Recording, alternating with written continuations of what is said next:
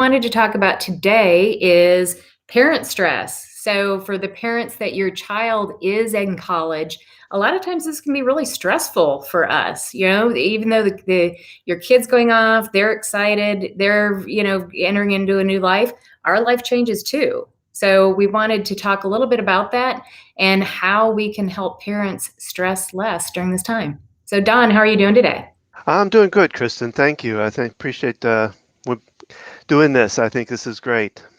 Yeah. So let's talk a little bit about this. So I've got my little notes here. So we've got parents that either they're new to empty nesting or they have their oldest child that's heading off to college, and they're just feeling a little out of sorts. Yep. So how can we help them? Well, the first, I guess, you and I talked about is we're dealing with mindset, in a way, because you've put, as a parent, you put all your attention towards that child and not as much towards yourself during these years of raising them. And now they're out of the picture. And so it's time to turn the attention to yourself. And like I said, we talk about a lot about mindset, about how you think about things now, because you're going to have to start finding your own passion.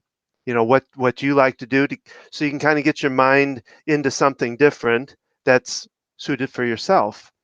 It's also kind of turning into yourself again. So, quick review. Last time we kind of talked about things that can be done to help that mindset. Like journaling, meditation. I do the EFT tapping, which I'd be happy to show anybody to help bring down stress. Mhm. And then, of course, exercise and eating and making sure you're getting some exercise. Because again, we put all our attention towards our kids a lot of times. We tend to forget about ourselves. So it's time to kind of turn that around. Now, you may still have other kids at home. So you do have to put some attention to them too. But here again, I think it's still a time where you got to kind of turn to yourself some. And I will tell you this, those other kids may not want extra attention. So, Well, yeah. they may be happier if you do put some of that energy into yourself as well and not put extra focus on them. Because we know too, as teenagers, kids are pulling away from us right now. Yeah. And that's okay. And you brought up when we were talking before this that kids need to start doing things on their own, and parents need to move into that mindset that I need to set them up for success now. So how can we focus maybe some attention on that? Well, because we have these different fears that come up. We have the fear of their safety. Are they going to be okay? Especially if they've moved away. I my my oldest moved away about a year and a half ago, and it's just very different. They're not there where you can Mhm. watch them, where you know what they're doing, or you can keep a better eye on them. So it's got to, and the part of the mindset thing is getting the idea that I hopefully as a parent we've given them all the ground rules, the things they need, the tools they need for their life.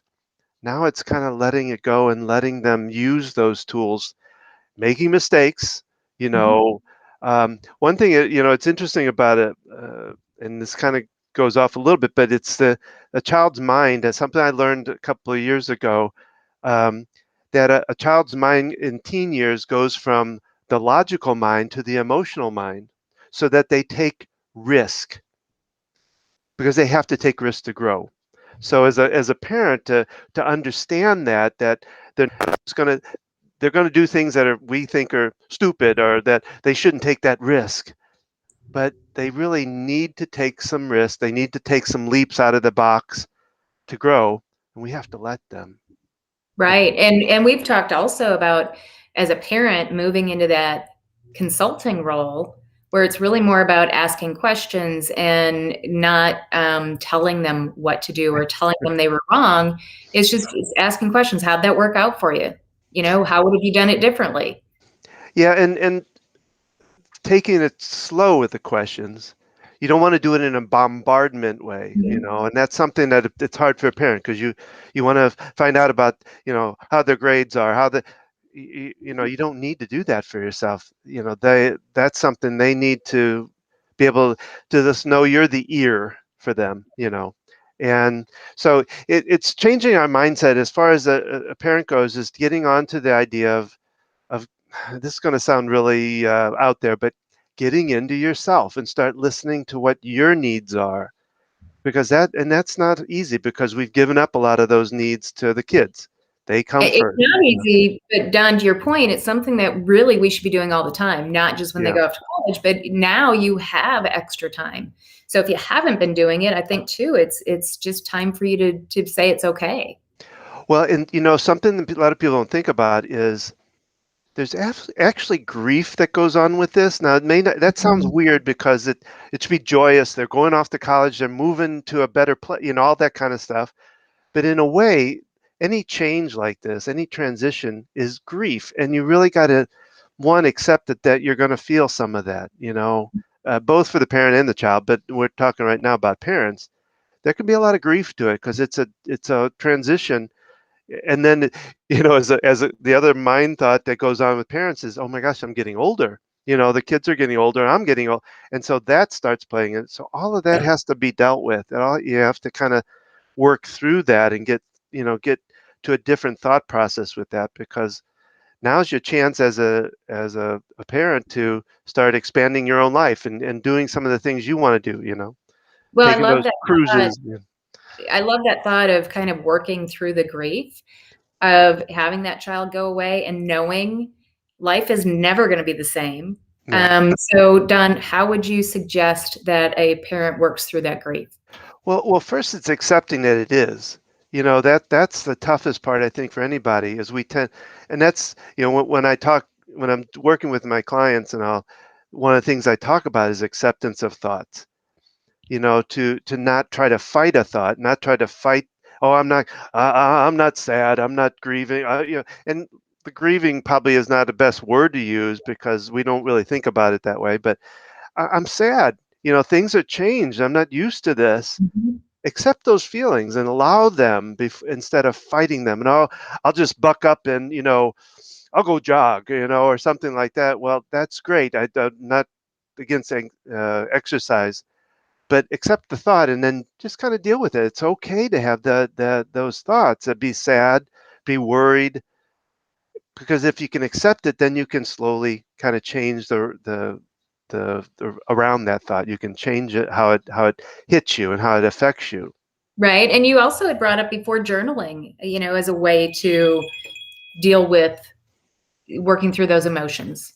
Yeah, writing it down, actually, I've learned that writing locks ideas into brain. It can really lock things in, and so you tend to work through them that way. Mhm. And I think that's a good way. And just say it like it is. Write it out as is. Don't try to buffalo it. Don't try to, you know, afraid that somebody's going to find your journal someday and you cussed in it. Oh, no, just say what's really going on for you. It's the only way to really get. 'Cause I always say, don't lie to your brain and say, I'm not sad, or I'm not. You are, and it's okay. Let's just take some time to be sad for a few minutes, or however long you want. Give yourself that time, and then work your way out of it. And I can give some hope to parents because I've got two that are in college, so I am in full on empty nester mode, except for when they come back, which I know they do that.